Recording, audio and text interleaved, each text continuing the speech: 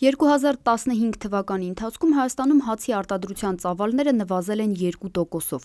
Ազգային վիճակագրական ծառայության տվյալն է։ Եթե 2014 թվականին Հայաստանում արտադրվել է մոտ 290 հազար տոննա հաց, ապա 2015-ին 284,5 հազար։ Հացի վաճառքի նվազում նկատվում է անգամ սուպերմարկետներում։ Վաճառքի անկում նանզեն աչքով էլ կնկատես, ասում են վաճառողները։ Նվազել է։ Ինչ է սա նշանակում, կարևոր երկու եզրահանգում կա անելու։ Առաջին՝ արտագաղթ։ Բնակչության թվի նվազման հետ նվազել է նաև կենսական անհրաժեշտության ապրանքատեսակի վաճառքը, թեև հացի գնի չնչին նվազում է եղել։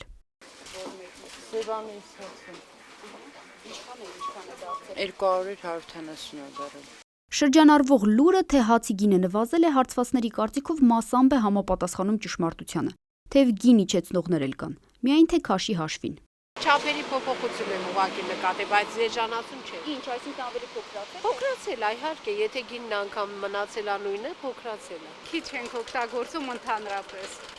Այդ որ ասում են գների իջեցում է եղել հացի, դա չի, իրականությանը չի համապատասխանում։ Ես քանիսով 170 դրամով եմ առնում, սեռի հացը 170-ով էլ առնում եմ։ Չնայած ասում են, որ էժանացել է հացահատիկը, բայց դա մեր վրա ոչ մի կերպ չի անդրադառնում։ Ասած բավականին քիչ եմ առնում եւ աշխատում եմ լավ հաց առնել, ավելի լավա քիչ, բայց գոնե լավը լինի, թանկ լինի, բայց լավը լինի։ Քիչացել ենք, որտեվ գտնում ենք, որ հաց պետքա քիչ ուտել, ու ինքը դեն շատ որակով չէ, էլի, որ շատ առնենք, շատ ուտենք։ Այնպես էլի, որ յոլա գնանք։ Գինը ընդհանրապես մի փոքր պակասել է, չնայած դրա հետ նաև քաշն է պակասել, ասել։ Իսկ հացի օգտագործումը չի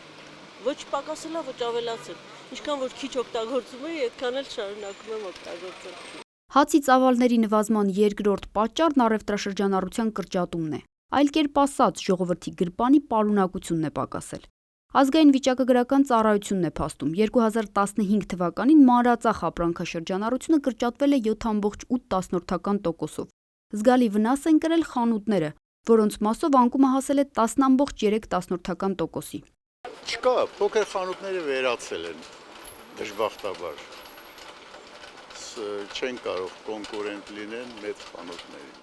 Մարդու օրգանիզմի կենսագործունեության համար անհրաժեշտ են սպիտակուցներ, ճարպեր, ածխաջրատներ, վիտամիններ։ Դրանք լրացնելու նվազագույն զամբյուղը կազմում է մոտ 60 հազար դրամ։ Սա առողջապահության նախարարության պարենային զամբյուղի հիման վրա հաշվարկվող նվազագույն սպառողական զամբյուղի արժեքն է։ Մինչդեռ Հայաստանում պարենային նվազագույն զամբյուղի արժեքը 5000-ով քիչ է նշված գումարից։ Սոված չմնալու եւ մարդու օրգանիզմի համար ամսվա կտրվածքով անհրաժեշտ կիլոկալորիաները լրացնելու համար 2-3 հոգանոց ընտանիքին անհրաժեշտ է միջինը 120 հազար դրամ։ Իսկ ինչքան են ծախսում հարցվածները մեկ ամսվա սննդի համար։ Մոտավորապես սպառողական զամբյուղն չկա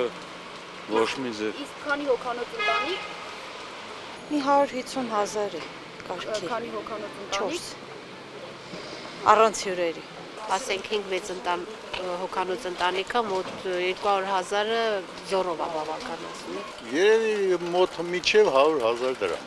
Իսկ ընտանիքում քանի հոգի է։ 3։ Օրական 2.5-ից 3 կատամթերքով, կարող մի օր էլ 4 չանեմ, էլի։ Ընտանիքում քանի հոգի կա։ 4, 5, 2-3 ամիսը մեկ որ տուն եմ գալիս, ինձ թվում է, որ ես ինչ-որ գումար եմ կորցրել, հետո հաշվարկում եմ, տեսնում եմ, չէ, պարզապես թանկացել է, այդքան բան։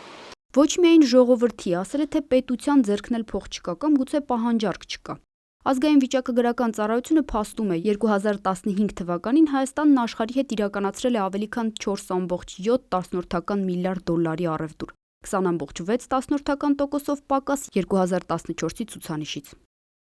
Լուսինե Մուրադյան, Վազգեն Համբարձումյան, Առաջին լրատվական։